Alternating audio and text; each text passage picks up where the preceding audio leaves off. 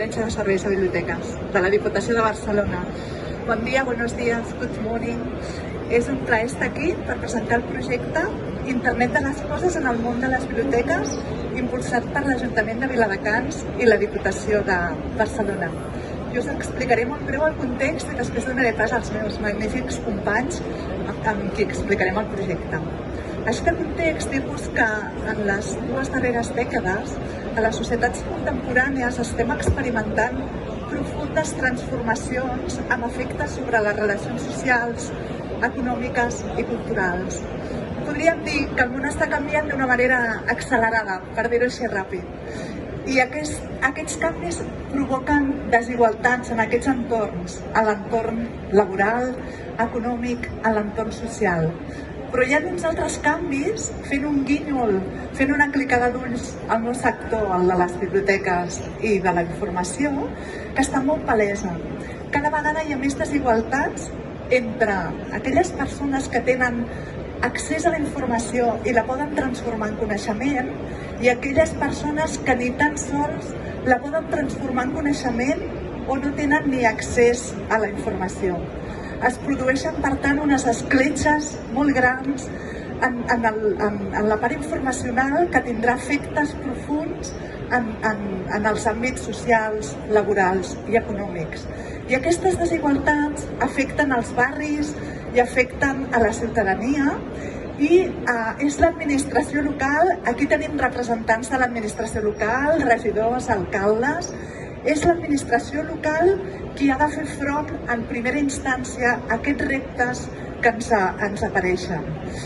I està demostrat que en aquelles localitats on s'ha potenciat el treball transversal entre els agents és molt més fàcil fer front a aquesta situació. Per tant, allà on s'ha teixit un treball transversal entre actors i estratègies s'ha pogut fer front a aquests reptes més immediats. Avui estem a l'estand de la Diputació de Barcelona, la meva institució. És un plaer immens. Deixeu-me que us presenti de forma breu quina és l'estratègia de la meva institució en biblioteques. La Diputació de Barcelona, a través de la Gerència de Serveis de Biblioteques, assessora i dona suport als ajuntaments en la creació i millora de biblioteques i també lidera una xarxa que actualment té 234 biblioteques i 10 bibliobusos i treballem justament per aquest equilibri territorial i per facilitar l'accés igualitari a tots els ciutadans a la informació i al coneixement, independentment d'on visquin aquests ciutadans. Les biblioteques de la xarxa treballem en aquest context que us deia amb el repte de contribuir a la recuperació social, local i econòmica de les nostres societats i dels nostres municipis. Amb un model de biblioteca que us ho explicaré molt breu, un itinerari que va des de la descoberta, aprendre, crear i connectar, perquè el coneixement ja no és només poder facilitar l'accés als llibres, sinó que volem que aquest coneixement es generi de forma col·laborativa a les biblioteques i amb la comunitat. Per tant, aquest model de biblioteca potencia l'experiència, potencia l'empoderament, la participació i la innovació, desenvolupant l'esperit crític i el coneixement en obert, i això sí, sense perdre l'essència, posant la lectura i la cultura en el centre de les nostres accions.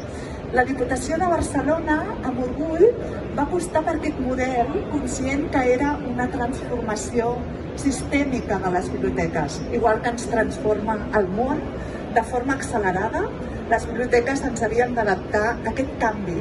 I ja en l'anterior mandat, en el seu pla estratègic, va identificar aquest programa, Bibliolab, com un dels programes estratègics de la Diputació de Barcelona.